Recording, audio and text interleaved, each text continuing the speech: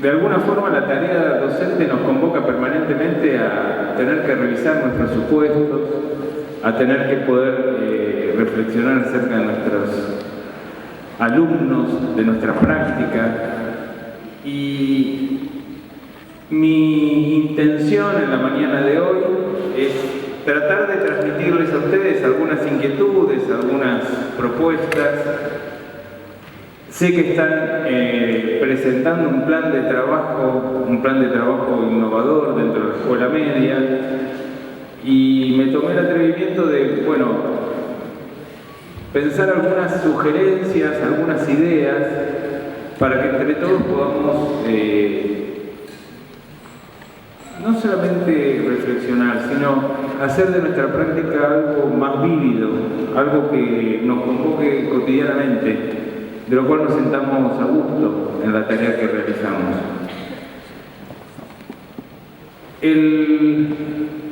El espacio que voy a tomar va a tener como 2 o 3 momentos diferentes. En la primera parte, mi intención es poder analizar junto con ustedes cómo es la escuela media hoy, cuáles son los antecedentes de esta escuela, qué necesidades tenemos, cuáles serían, para, al menos por mi lado, las prioridades que habría que tener en cuenta en una renovación de la propuesta de la escuela media argentina, y luego convocarlos a pensar cómo son nuestros jóvenes, esos que habitan todos los días nuestras aulas. Tomar un poco de distancia de la cotidianidad, del día a día, de lo que habitualmente estamos. Yo trabajo en las escuelas, yo no soy un académico, no soy un investigador, yo estoy todo el día trabajando con chicos, con docentes, con directores. Y la propuesta es, tener, como se dice en el fútbol, parar la pelota y poder mirar la cancha y decir, ¿dónde estamos parados? ¿Cómo son estos chicos? ¿Qué necesidades tienen? ¿A qué les podemos aportar como proyecto de vida? Y de esa manera, de alguna forma, prestigiar nuestra labor. Esa es un poco la intención. Marcela, cuando me invitó, y agradezco mucho nuevamente esa convocatoria, esa invitación, yo le decía, el esquema de una conferencia muchas veces me priva de escuchar a la gente.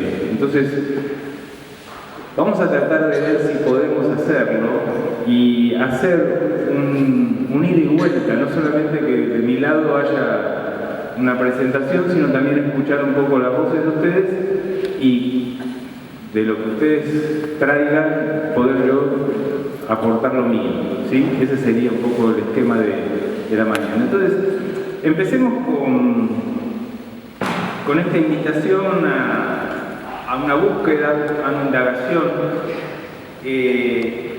Vamos a hablar de lo local, pero en tensión con lo general, con lo universal, con lo que se está presentando hoy como social.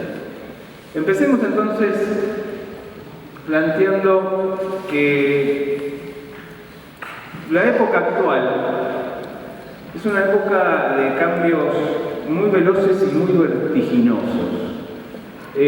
Nosotros sabemos que siempre hubo caracterizaciones de época, y es muy difícil quienes estamos viviendo una época poder caracterizarla, porque la referencia siempre es engañosa. Pero lo cierto es que cotidianamente nos encontramos con novedades. Esas sociedades en las cuales los cambios iban transcurriendo en el tiempo, hoy los tenemos como muy acelerados y vivimos una vida, muchos la caracterizaron de una velocidad permanente. Pero por otro lado, tenemos, como una época de incertidumbres. No es una época donde es fácil prever, proyectarse y construir hacia el futuro. Es una época compleja en ese sentido, sobre todo para los países periféricos, donde la inestabilidad es grande, las desigualdades también. Entonces, la construcción de proyectos es mucho más compleja en esta época que en otras. Es una época que quienes hacen comparaciones o establecen criterios y parámetros respecto de otros momentos, es una época donde han caído los grandes relatos, aquellos que nos hablaban de la prosperidad, los que nos hablaban del progreso, los que nos mostraban un futuro que tenía una cara visiblemente más humana que lo que nosotros estamos transitando. Vivimos en una sociedad de consumo y me parece que este es un dato no menor a la hora de pensar cómo influye el mercado en la caracterización de nuestros jóvenes y en las ofertas que estos jóvenes, que son los que habitan nuestras aulas, hoy están pregnados de estas ofertas y de estas caracterizaciones del mercado. Es una sociedad de consumo donde hay notorias desigualdades. Nosotros vivimos en un continente, América Latina, donde no es el continente más pobre, pero sí es el continente más desigual. Si nosotros pensamos los proyectos educativos y los pensamos en términos de compensaciones en relación a las situaciones iniciales, sociales y culturales de cada uno de los sujetos, la escuela tiene que hacer un esfuerzo muy grande para paliar esas dificultades, esas desigualdades iniciales que cada uno de los sujetos tiene. Y vivimos en una época, y esto lo vamos a retomar cuando pensemos también las caracterizaciones de los jóvenes, muy influenciada por las nuevas tecnologías. Las nuevas tecnologías, yo trabajo mucho el tema de las nuevas tecnologías, no solamente las nuevas tecnologías como herramientas para trabajar en el aula, sino también como caracterizaciones de las subjetividades actuales. Pero las nuevas tecnologías trajeron dos novedades muy grandes a la cultura, y es que han modificado nuestra forma de relacionarnos con el espacio y con el tiempo. Cualquiera de nosotros cuando estudió alguna cultura, lo primero que hacíamos era poder ubicarla en una línea de tiempo y poder ubicarla en un mapa, es decir, en una región.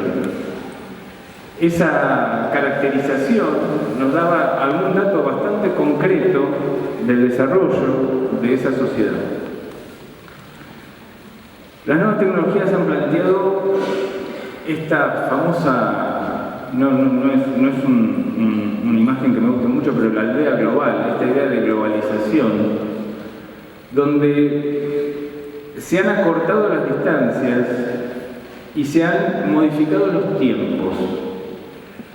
Esta sensación de velocidad, esta sensación de urgencia permanente, es algo también que se deriva del uso de las nuevas tecnologías. Fíjense, traten ustedes de seguramente en este momento están todos más o menos atendiéndome.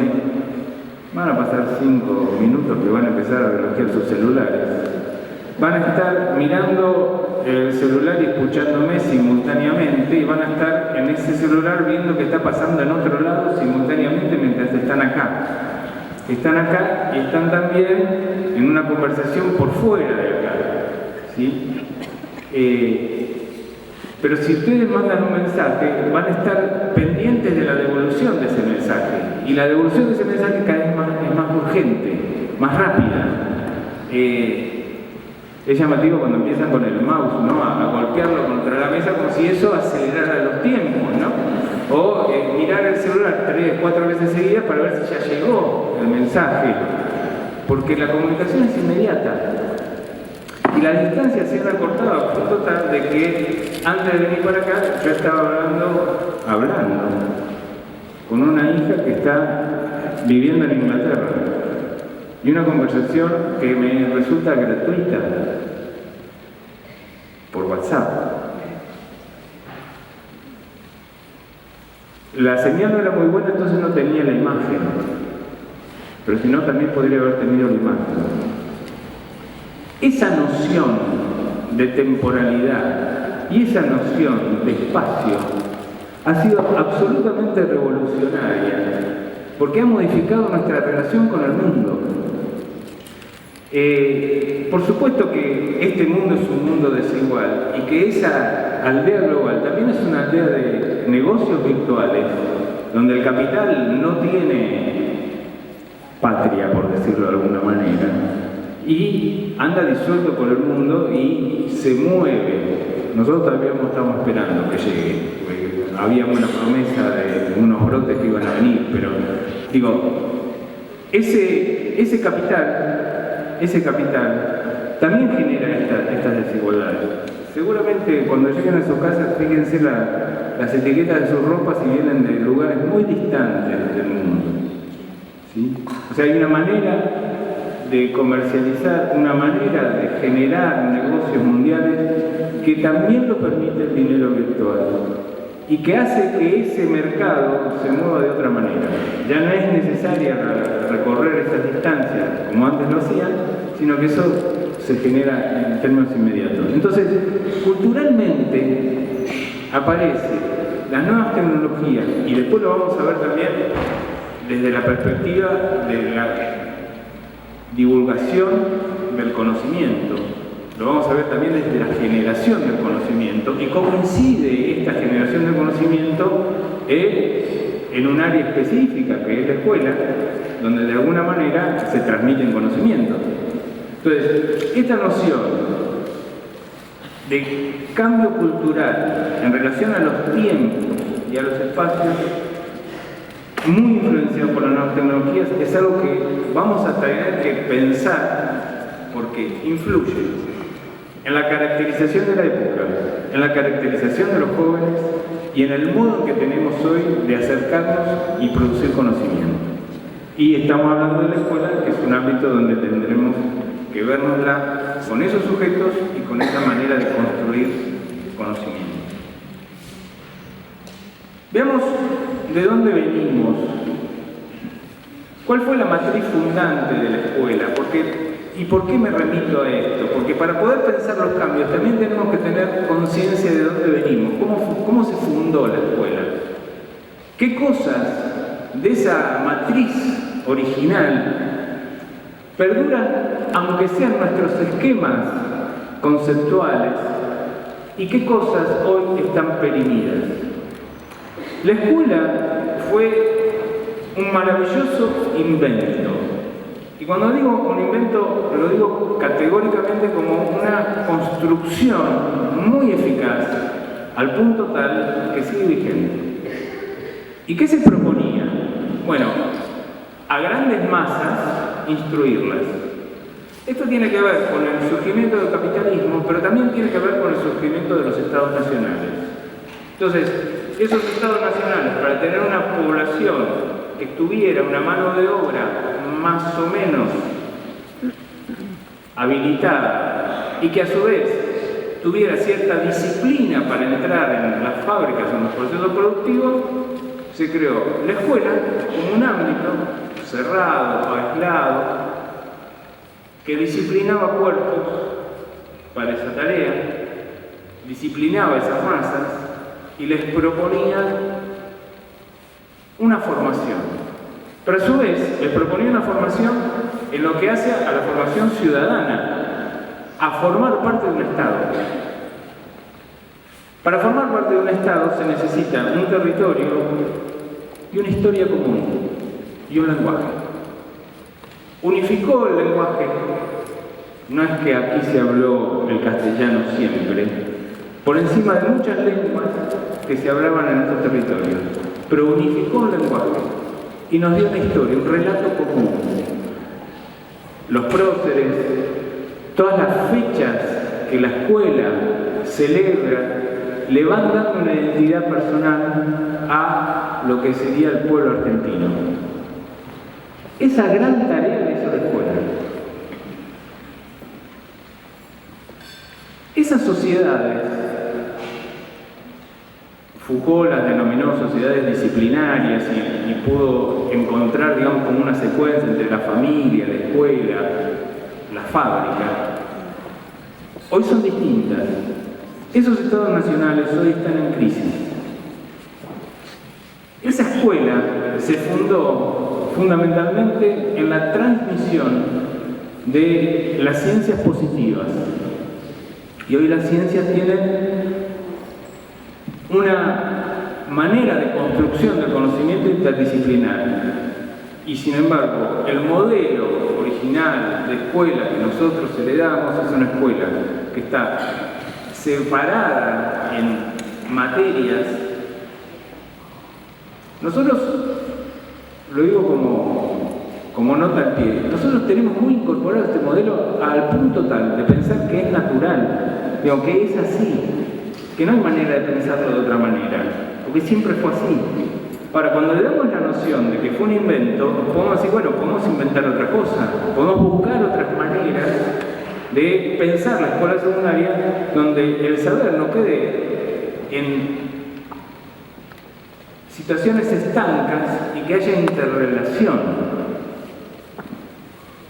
Esa escuela pensaba a los alumnos como sujetos racionales.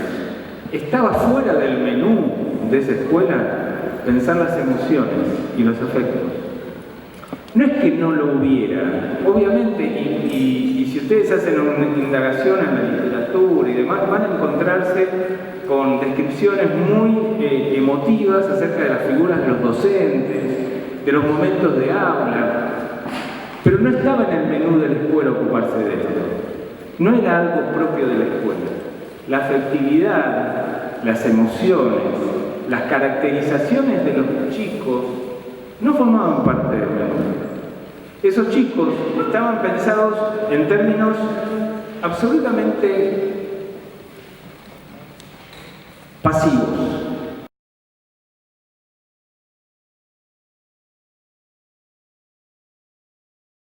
La escuela fue pensada como un espacio que estaba resguardado de lo social, aislado de lo social.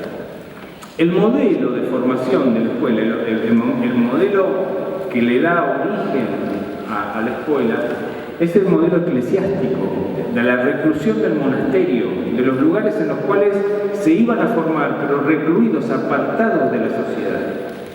Hoy las escuelas no solamente recrean la vida social, sino que la vida social se mete dentro de la escuela. No es una repercusión de lo que pasa afuera, es lo que se genera dentro en virtud de lo que pasa afuera también. Si nosotros hacemos una historia de la escuela media en la Argentina, la escuela media como un fenómeno masivo es re tardío respecto de la escuela primaria. La escuela media recién tiene una caracterización de masividad a partir de 1970, los años 70, 60, 70. En esa época empieza a haber, digamos, una mayor masividad, sobre todo en la población urbana. De lo contrario, era una escuela de élite. ¿Por qué nos interesa saber esto? Porque hay nuevas generaciones y nuevas poblaciones que van llegando a la escuela y que son primeras generaciones que tienen la posibilidad de continuar su trabajo en la escuela. La escuela media tiene, lo vamos a ver un poquito más adelante, pero lo anticipo, la escuela media tiene una particularidad que sigue la inercia de la escuela primaria en los primeros años, primer año, y después hay una deserción importante. Nosotros tenemos hoy un problema serio. Nuestra escuela solo alberga a menos de la mitad de nuestros jóvenes. Tenemos una ley que indica que la escuela secundaria es obligatoria, pero solo termina en la escuela media el 48% de nuestros jóvenes. La mayoría que no termina es porque tiene que salir a trabajar o porque la escuela no es un ámbito de receptividad para ellos. De esta matriz fundante se produjeron cambios. Algunas cosas cambiaron en las escuelas. De este paradigma homogeneizante se pasa a la concepción de la singularidad. Nosotros hoy tenemos que trabajar en aulas. Hay un concepto muy interesante de aulas heterogéneas. Rebeca Anijovic, una educadora argentina, trabaja mucho esto, y es interesante poder entender que el aula es heterogénea de por sí. Aunque la hayamos creído homogénea, es heterogénea. Y es heterogénea en muchos sentidos. En los tiempos, en las percepciones de los alumnos, en los intereses de los alumnos, en las posibilidades de los alumnos. El paradigma actual de educación contempla esa diferencia. El anterior no. La homogeneidad tiende a la masificación, a la no discriminación, a no singularizar los procesos de aprendizaje. Nuestra tarea es una tarea artesanal, no es una tarea de producción fabril.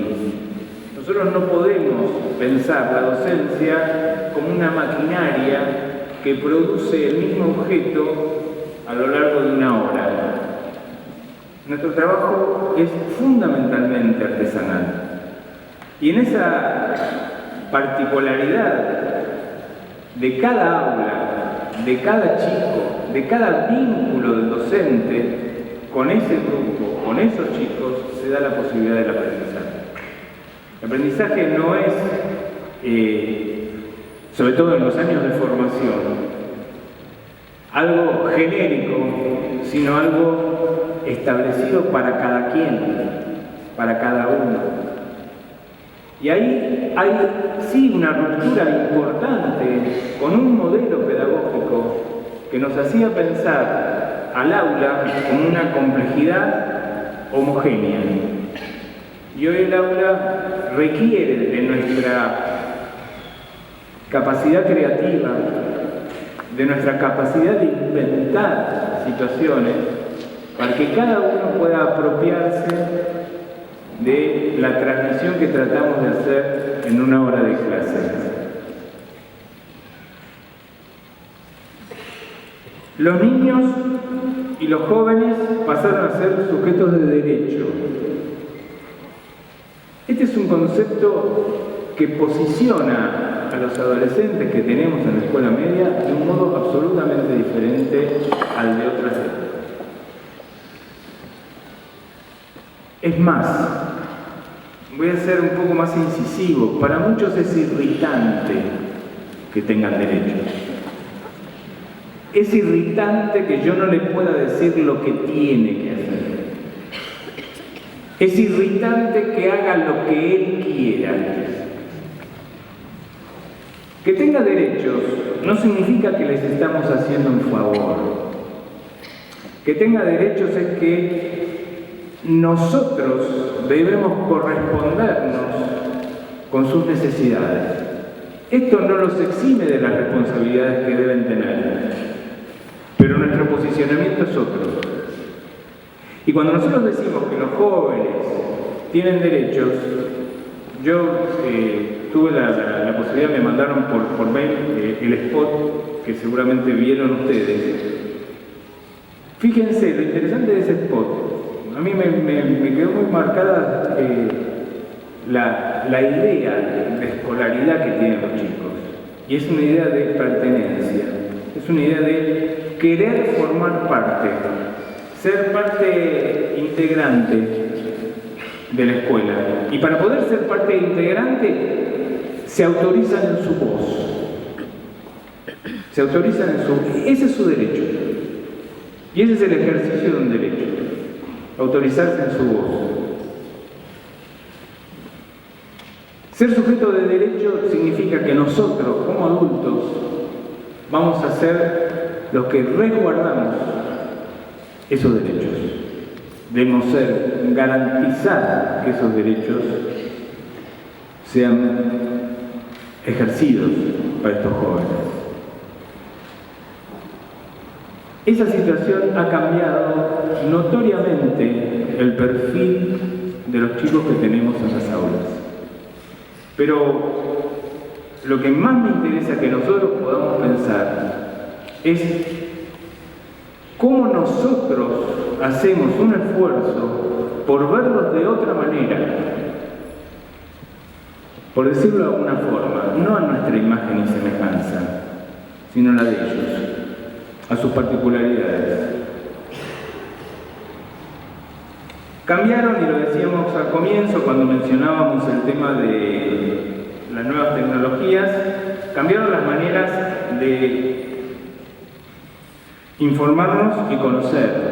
Las nuevas tecnologías en realidad cambiaron muchas cosas, cambiaron muchos hábitos, cambiaron los hábitos de comunicación, de recreación, de juego, de participación, pero también cambiaron mucho las maneras de informarnos y de conocer.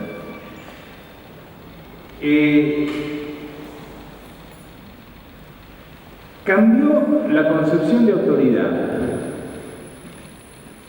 Y esta también es un desafío para nosotros. Las sociedades disciplinarias, y la escuela estaba como una institución muy fuerte ahí, nos posicionaban, nos ponían en un lugar de autoridad simbólico que hoy tenemos que construir. Y ahí está la gran diferencia. Ese lugar hay que ganarlo y hay que construirlo. Estaba dado, hoy no está dado. Para decirlo rápidamente, leyeron mi currículum, alguno me podrá conocer, pero si yo hoy no preparo lo que digo, no tengo llegar a ustedes, esa autoridad de saber se cae. Es una construcción permanente. Lo mismo sucede en el aula. Y los modos en que nosotros tenemos que construir esa autoridad son disímiles, son diferentes, pero dependen mucho de nuestras posibilidades. Por eso digo, cuando nosotros pensamos en la escuela secundaria, tenemos que ver los efectos de estos cambios en nosotros como personas y en nosotros profesionalmente. Es decir, cómo esto nos posiciona de otra manera para trabajar adentro de una escuela. Cambió la relación adulto-adolescente-joven. Es una relación más horizontal. Y acá yo quiero señalar algo que me parece importante que tengamos en cuenta. Esta horizontalidad no debe perder de vista que esa relación es una relación asimétrica.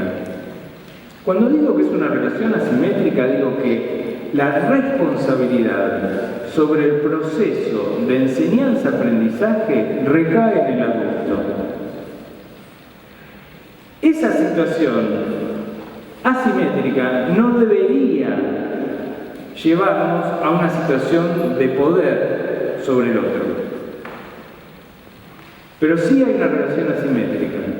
Puede haber mayor confianza, mayor acercamiento, modos distintos de tratarnos con los jóvenes, jóvenes que confían en nosotros y que muchas veces nos transmiten situaciones de la vida personal, de la vida familiar, y que en otro momento estaban vedados.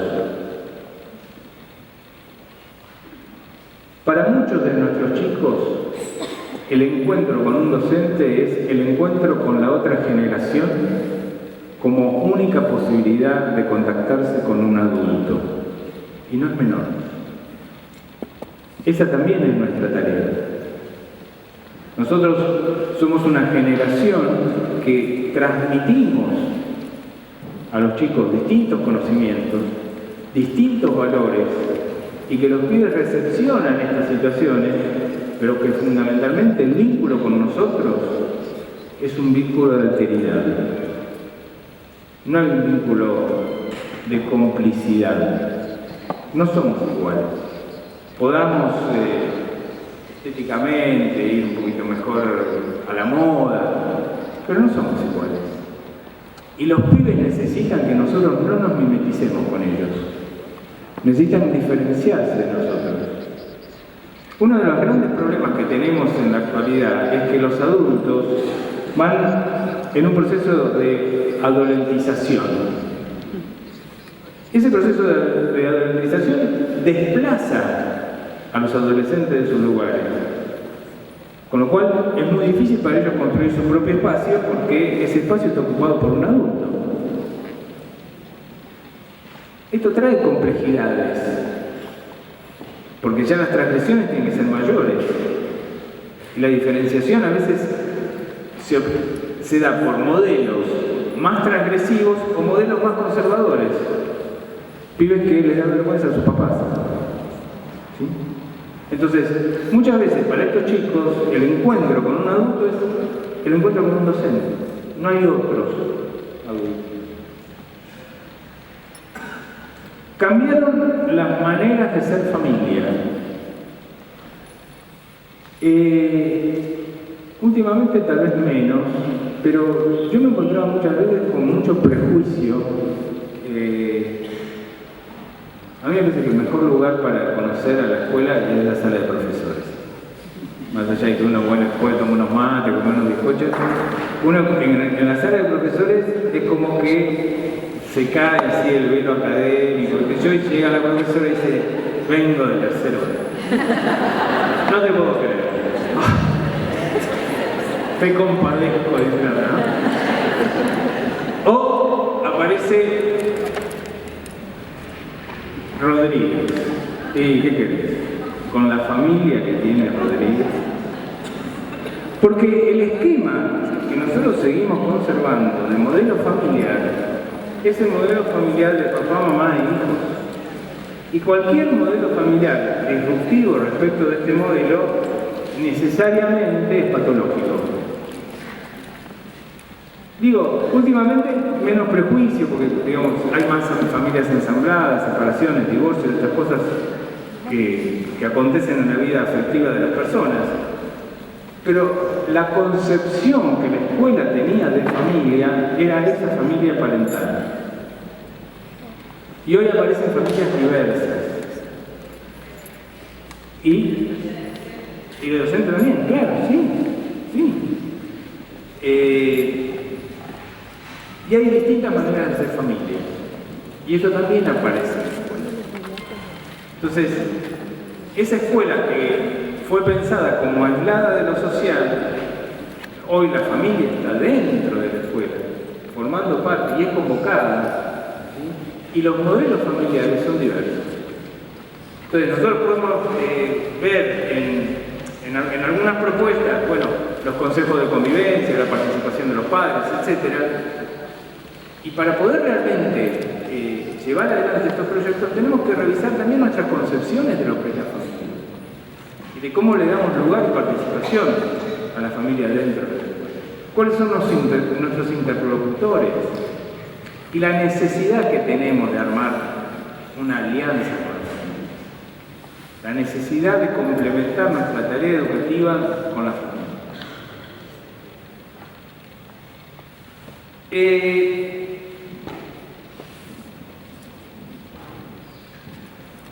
Si se modificaron las formas de enseñar y de aprender, tiene que ver fundamentalmente porque la caracterización de la época es la sociedad de la información o del conocimiento.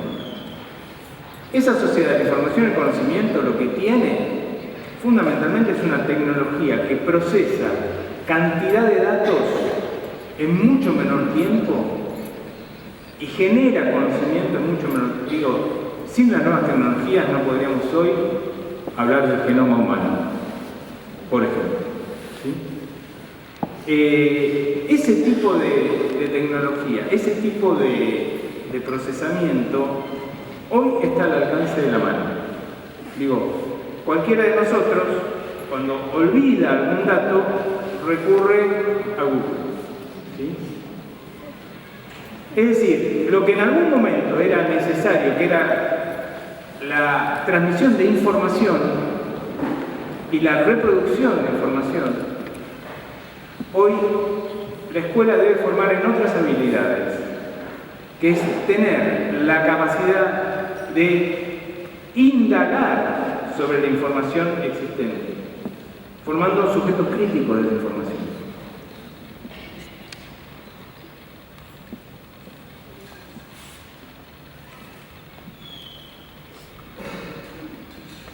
tres propuestas, digamos, una propuesta y tres apartados para poder pensar la escuela media actual. Yo digo, hay tres ejes que me interesa tocar y comentarles a ustedes. Uno es cómo construir en la escuela un lugar o un espacio común. Es decir, poder trabajar aspectos de la subjetividad. El segundo es cómo transmitir saberes emancipadores, o sea, el saber como una herramienta de emancipación. Esto es un concepto que trabaja, se me fue el nombre, Philippe Meriel. Y por último, la caracterización del espacio social de la escuela como formar para el ejercicio democrático. Vayamos a la primera, que es cómo construir el espacio de lo común.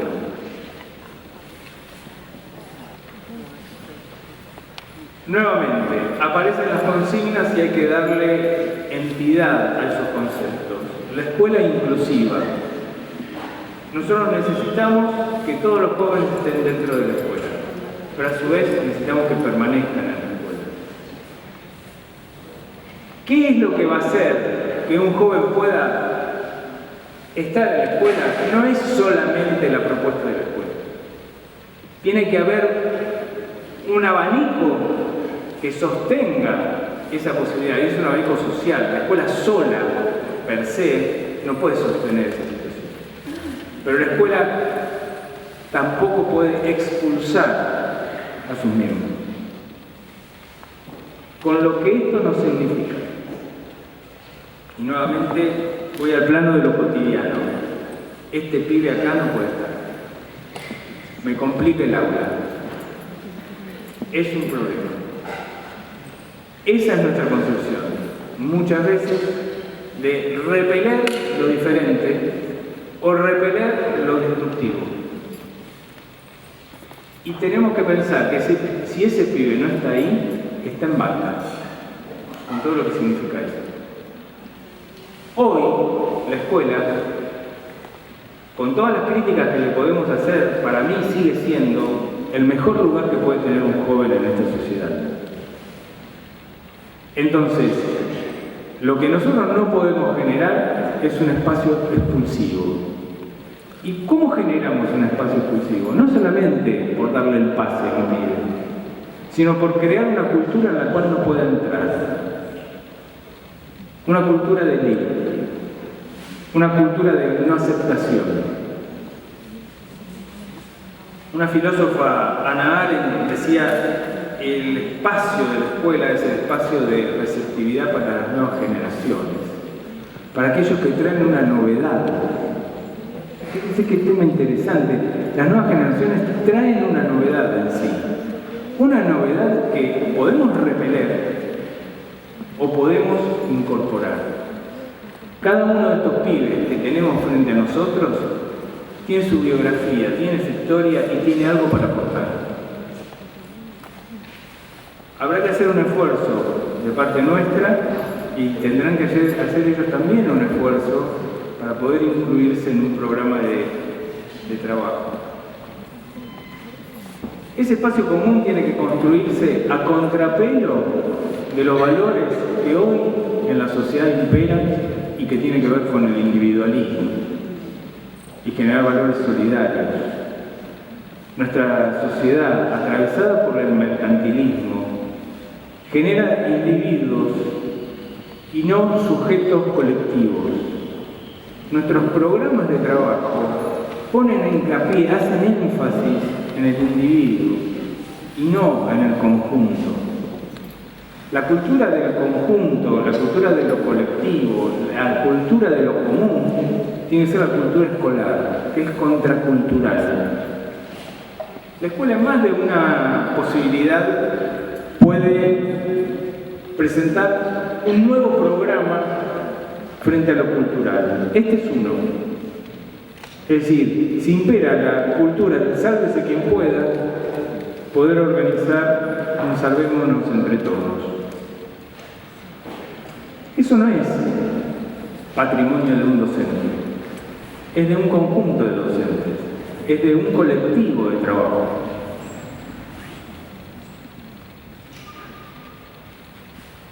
El valor de la diversidad frente al ideal de la homogeneidad.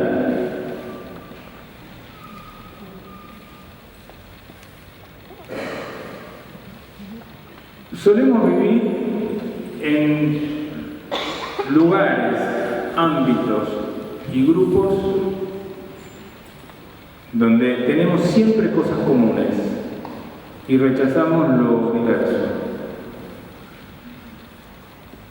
La escuela es un lugar donde trabajar la diversidad, donde poder hacer que el encuentro con el otro sea un encuentro posible. En general, nosotros vivimos descalificando o rechazando lo distinto.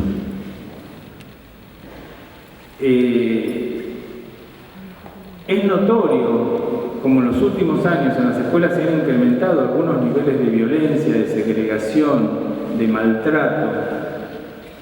A mí no me gusta usar la palabra bullying, pero sirve como para identificar el fenómeno entre pibes. Y ahí hay que generar una cultura de lo común, de lo de todos. Un espacio en el que todos entramos.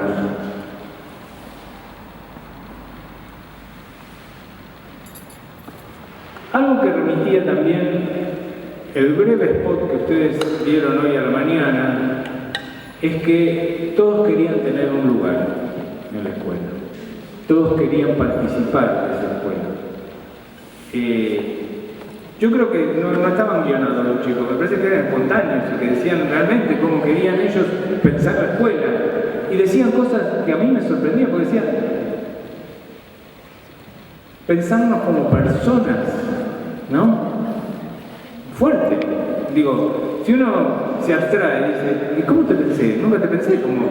Pero evidentemente la categoría de alumno anula la categoría persona, porque nos están diciendo eso. Con lo cual, está interesante para poder pensar nosotros cuáles son nuestras referencias, ¿no? Los referentes que nosotros tenemos en relación a lo que es el alumno. No existe hoy la posibilidad de un aprendizaje si no es a partir de la participación de quien aprende. Y esto es una realidad. ¿Por qué? Porque esa escuela primaria, esa escuela, no primaria en cuanto a estadio, sino la inicial, esa escuela de la que hablábamos, solo pensaba en la reproducción del saber. Ojo, no es que está muy lejos de algunas prácticas. El alumno que tiene 10 generalmente es el que puso lo que el docente dijo. Digo, esa es una evaluación reproductiva, ¿sí? O sea, no es que estoy hablando de la prehistoria de la escuela. Estoy hablando de una práctica que se sigue dando, en la cual la concepción del conocimiento es la reproducción de un conocimiento y no la utilización de un conocimiento en términos de habilidades. Cuando los pibes piden protagonismo también en los procesos de aprendizaje, no solamente en la participación escolar, en la vida cotidiana de la escuela, sino, bueno, cómo hacer de esto algo que entre todos y ellos como protagonistas podamos formar parte.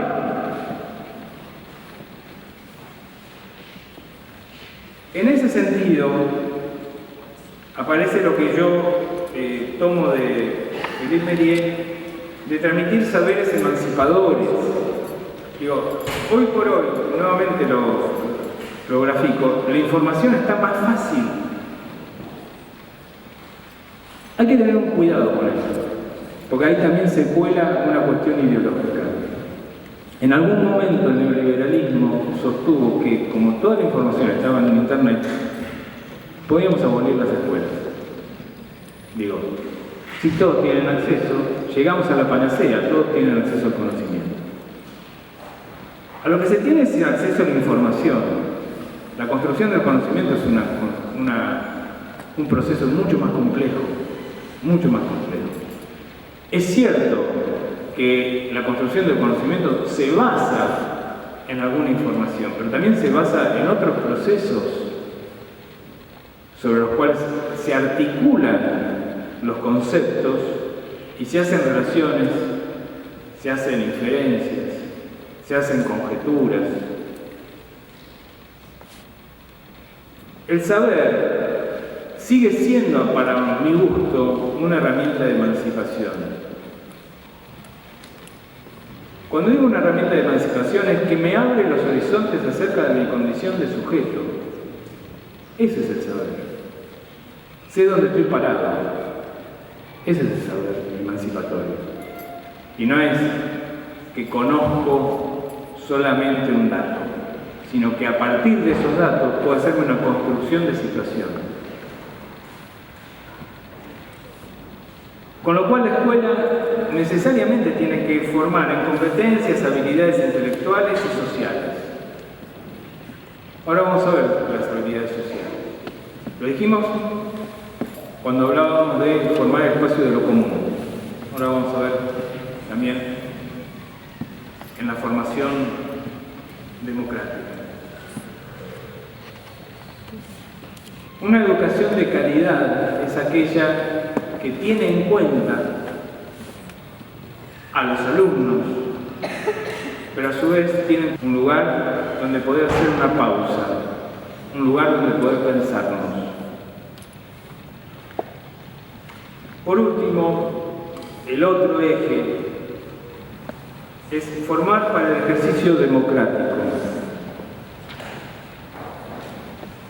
La calidad institucional de nuestro país es pobre, pero también necesitamos ejercer la ciudadanía. No alcanza con ir a votar. Me parece que hay formas de representación, formas de participación a través de clubes, a través de ONGs, a través de fundaciones, la sociedad civil, los partidos políticos, que requieren de nuestra participación. Pero eso también requiere de una formación. La participación de los pibes en las escuelas es un ejercicio necesario, no solamente en el gobierno de la escuela, de la cual pueden ser parte. Y les digo, las experiencias personales que tuve con chicos que han trabajado estas ideas son superadoras de las que nosotros como adultos podemos tener. En general, nosotros tenemos cierto prurito en darle cierta porción de poder pensando que así va a venir el caos. Y generalmente los pibes tienen un criterio de justicia, un criterio de solidaridad y un criterio empático con el otro que muchas veces nosotros no tenemos. Darle ese lugar, no solamente porque lo merecen o porque somos buenos o porque es romántico, darle ese lugar porque es el lugar que querríamos que tuvieran en su ejercicio ciudadano, de poder pensar la realidad y poder desde esa realidad promover ideas novedosas, superadoras de las actuales. No hay posibilidad si eso no se ejercita. Nuestra sociedad dividida en diferentes cuestiones ideológicas o políticas, y en la escuela no hay un ejercicio del consenso, de la discusión, del respeto por la opinión del otro y la confrontación en relación a argumentos. Algo que debería formar parte de una comunidad democrática.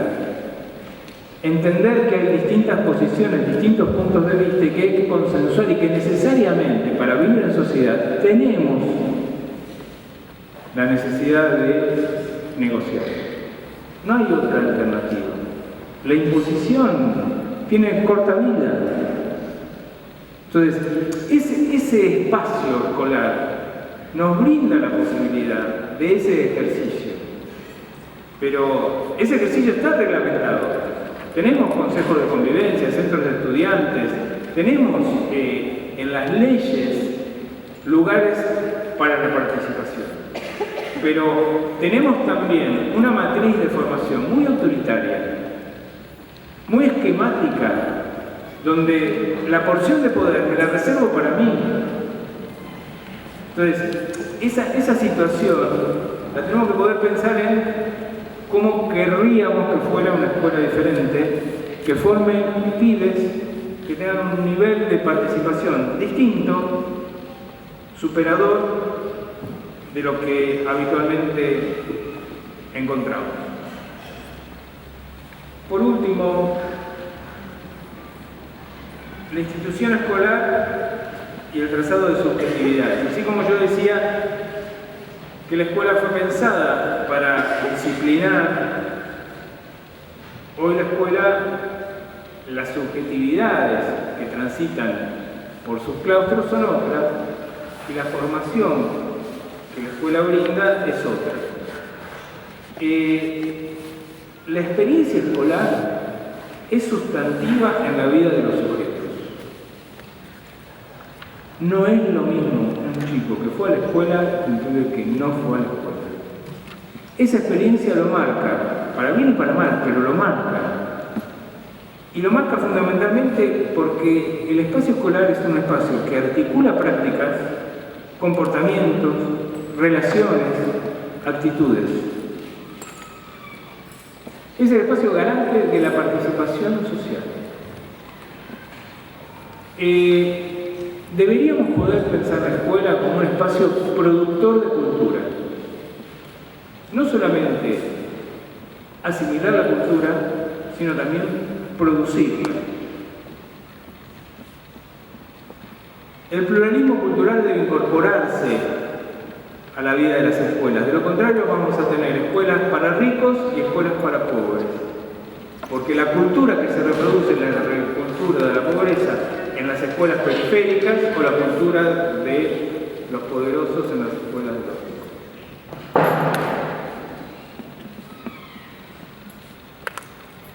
Esto lo decíamos hace un ratito, la escuela de la modernidad se basaba en la reproducción y necesariamente en la disciplina.